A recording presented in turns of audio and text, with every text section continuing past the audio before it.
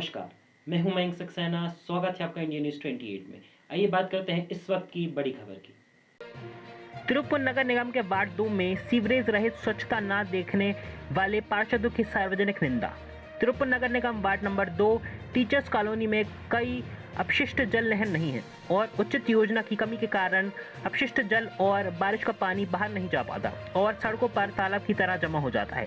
कुछ स्थानों पर गड्ढे खोदने और उनके पानी छोड़े जाने से भी भूजल प्रदूषित होता है, जिससे मच्छर पैदा होते हैं और बीमारी फैलने का खतरा रहता है।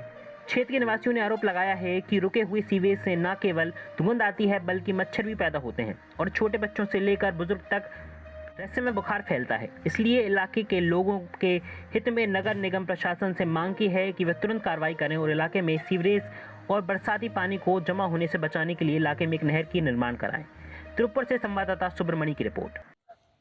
வணக்கங்க. நாங்க திருப்பூர் மாவட்டம் பாண்டிய நகர்ல 2வது வார்டுல இருந்து பேசுறோம். இங்க டீச்சர்ஸ் காலனில 2வது வார்டு. இப்போ இங்க பாத்தீங்கன்னா இங்க வந்து டிச்சு தண்ணி, இந்த ஏரியா ஃபுல்லா இருக்கிற டிச்சு தண்ணி எல்லாமே வந்து எங்க வீட்டுக்கிட்ட தான் இங்க சரௌண்டிங் பாத்தீங்கன்னா ஒரு 30 குடும்ப பக்கமா இருக்கிறோம். இந்த ஏரியால பாத்தீங்கன்னா இங்க ஃபர்ஸ்ட் வந்து என்ன பண்ணாங்கன்னா இந்த சுகாதார மையம் கட்டுனாங்க. அதுக்கு முன்னால இடம் வந்து காலியா தான் இருக்கு. அப்ப இங்க வந்து டிச்சு தண்ணி இங்க வரணும் அப்படிங்கறக்காக ஒரு 1.5 லாரி தண்ணி பிடிக்கிற மாதிரி ஒரு குழி தோண்டுனாங்க. எப்பன்னா போன வருஷம் தீபாவளிக்கு முன்னால அந்த குழியை தோண்டுனாங்க. தோண்டிட்டு என்ன சொன்னாங்க எங்களுக்கு, அப்ப நாங்க வேணான்னு சொல்லும் போது அவங்க என்ன சொன்னாங்கன்னா, ஒண்ணு இல்லைங்க, அதை வந்து நாங்க லாரி மூலமா அந்த தண்ணியை நாங்க எடுத்துக்கிறோம்னு சொன்னாங்க. சரி என்ன பண்றது, நாங்களும் விட்டோம். ஒரு 4 தடவை அந்த லாரி வந்துச்சு. லாரி வந்து தண்ணியை அப்புறப்படுத்தி எடுத்துட்டு போயிட்டு இருந்தாங்க. ஆனா அதுக்கப்புறம் பாத்தீங்கன்னா அந்த லாரியும் வரல, தண்ணியும் எடுக்கல.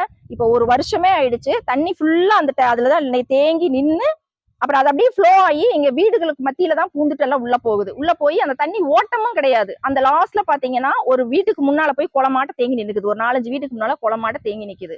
இப்ப என்னன்னா இந்த சைடு இருக்கிறவங்க எல்லாத்துக்குமே ரொம்ப ஸ்மெல் அடிக்குது. அதே மாதிரி கொசு நிறைய வருது. நிறைய பேருக்கு நிறைய ஃபீவர், ஏகப்பட்ட பிரச்சனைகள் இங்க நிறைய வருது. நாங்களும் எவ்வளவோ சொல்லிட்டோம், நிறைய கவுன்சிலர்கிட்டையும் பேசிட்டோம். அவங்க இப்ப செய்யறோம் அப்ப செய்யறோங்கிறாங்க. ஈவன் மழைநீர் தொட்டி சேகரிப்புங்கிறாங்க. ஒரு தொட்டாங்குச்சியில தண்ணி இருந்தா கூட செக் பண்றாங்க. ஆட்டுக்கள் வந்து செக் பண்றாங்க. ட்ரம்ல வந்து கொசு பூச்சி இருக்குதான்னு பாக்குறாங்க. இத்தனையும் வந்து செக் பண்றாங்க கவர்மெண்ட்ல. ஆனா இதை மட்டும் ஏன் எங்களை வந்து இப்படி பண்றாங்கன்னு எங்களுக்கு தெரியல. ஆனா வந்து இதை நாங்க கேட்டோம். எப்பன்னா எங்க இந்த இருக்கிறவங்க எல்லாருமே எங்களுக்கு ரொம்ப ஃபீவரா இருக்குது, ரொம்ப கஷ்டமா இருக்கு, நாங்க என்ன செய்யறதுன்னு கேக்குறப்போ இவங்க வந்து கேட்டாங்க. அதுக்கு எங்க கவுன்சிலர் என்ன சொல்லியிருக்காரு அப்படின்னா, ஒரு 10 வீடு, ஒரு 100 குடும்பம் நல்லா இருக்கணும்னா ஒரு 10 குடும்பம் சேர்த்தா ஒன்னும் தப்பு இல்லைங்கன்னு ஒரே வார்த்தையில சொல்லிட்டு போயிட்டாரு. இதுக்கு மேல நாங்க என்ன, இது அவர் சொல்லி வந்து கிட்டத்தட்ட ஒரு 5 மாசம் இருக்குங்க.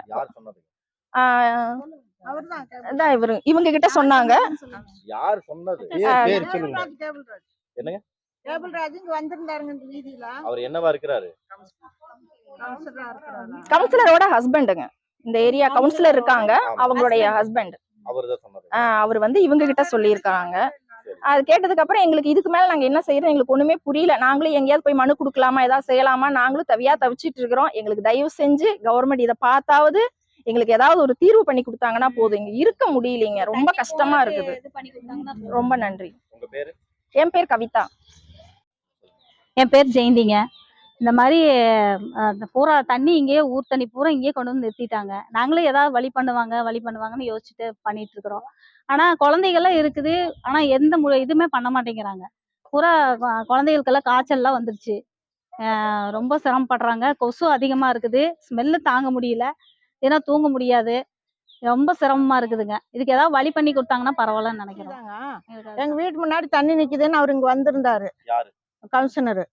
அவர்கிட்ட வந்து நாங்க வந்து கேட்டோம், ஏனுங்கன்னா இப்படி தண்ணி நிக்கிறதுக்கு ஏதாச்சும் ஒரு வழி பண்ணுங்கன்னா எங்க வீட்டுக்கு வந்து பாருங்க அப்படின்னு சொன்னதுக்கு, நாங்க என்னம்மா பண்றது, அங்கங்க அப்படிதான் நிக்குது, எங்க வீட்டுக்கிட்டயே நிக்குது, அதனால ஏங்கன்னா நாங்க செத்து போட்டோமா அப்படின்னு கேட்டது, அது உங்க பிரியம் அப்படின்னாரு. அதோட கோபம் வந்து நம்ம பாட்டுக்கு போய் அவங்க எங்களுக்கு ஒரு வழி பண்ணி கொடுத்தாங்கன்னா பரவாயில்லன்னு நினைக்கிறோம். நாங்க இது ஸ்மெல்லு தாங்க முடியல, எங்கனால இங்க குடி